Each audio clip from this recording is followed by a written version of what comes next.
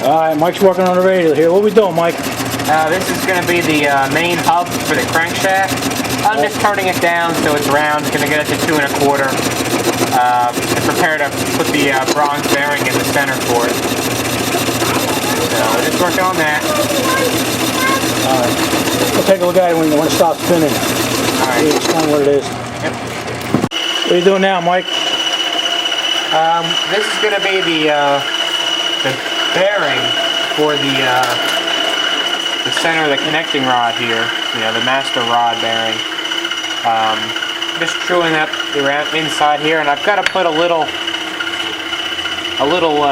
not kind of almost like a bevel on this one corner, because the on the crank throw from one side to the other is 1 inch, but it's not perfectly square. It's rounded in the very corners here, so I've got to make that same little round on the edges here. So like an inside chamfer. Right, so it sits all the way up.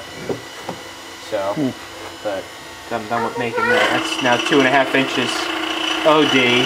Once I make the bushing, then I'll have to bore this out to the OD of the bushing, and then come up with a way to hold the bearing tabs in place.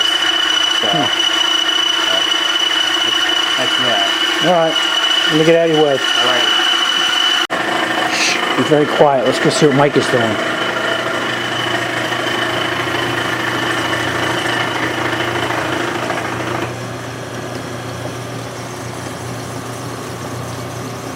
He's fine-tuning the bearing. Yeah, I'm just dressing that little radius the crankshaft has.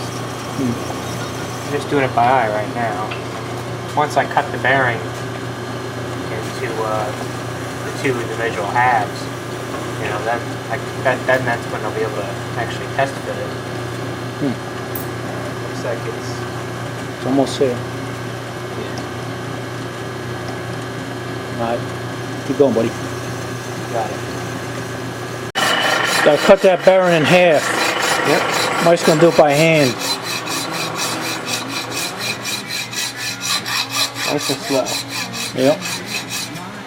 Easy does it, buddy. Easy does it. Yep.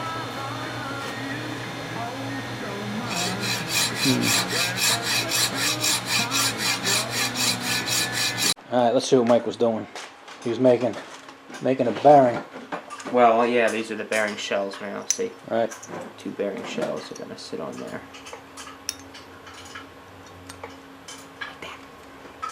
And then he's got a collar that's going to wrap around there. Yeah, that thing that he milled. Right, this here.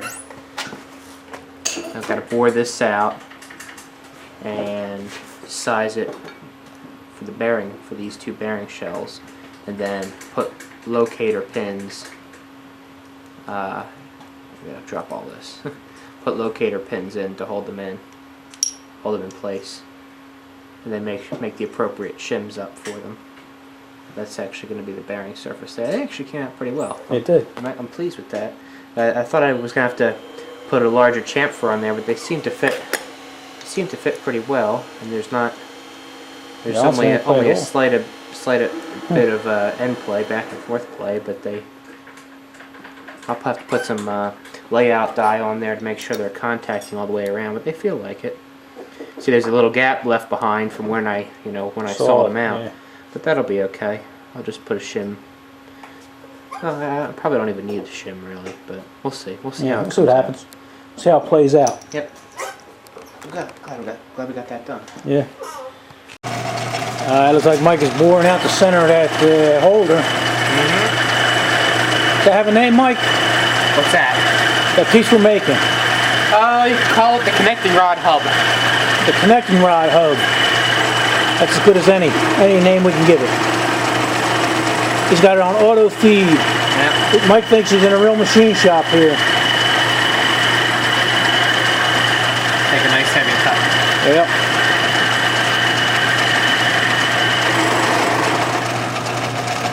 So Rachel's over there on the milling machine. Look at him. Oh, he needs a couple surfacers in here, right? What do they call them? Surface machines? Surface grinder. Surface grinder. Alright. I'll let Mike finish that up. Not there yet, huh, buddy? No, I just had to stand up for a minute. Oh. start up again now. Yeah, that's where Mike's going to put his brass bushing going to be in there, inside the center there. Look at that. Mike's boring. I see why they call it boring, huh, Mike? Yeah, that's right. The boring bar. You stick it in and put it in auto feed and just watch it. Go right with the truck. Oh, nice shot, man.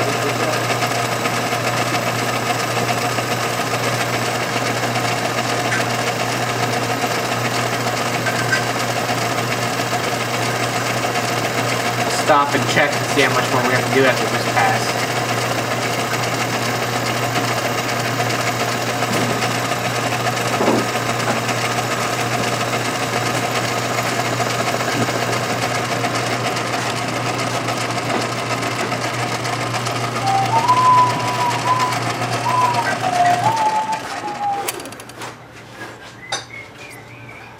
Oh, yeah, it does have a nice finish to it.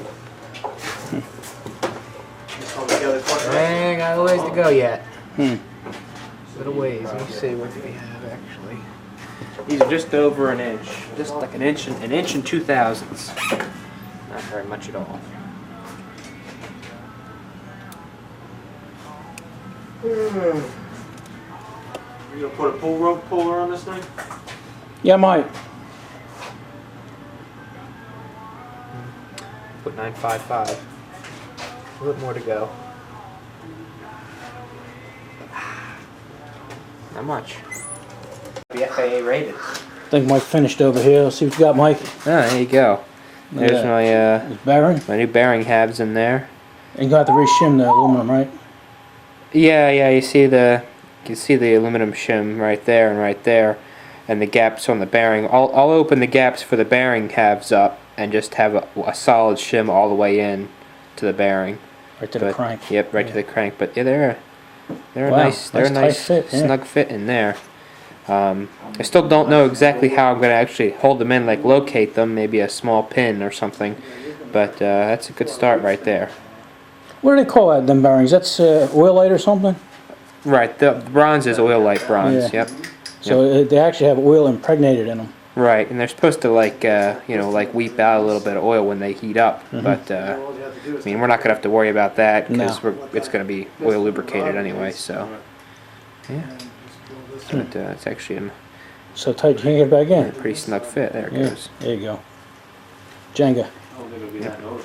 All right, well, it's enough for now, Mike. Yep. Just that little bit of work he did there took just about 8 hours. Yeah, well, you know, It's all machine. It's got to be right. You can't rush that either. So. no blueprint. You know, it's all just do it by feel. All right. All right, Mike. Say goodbye to your buddies. See you later. All right, Tubes. Enough of this.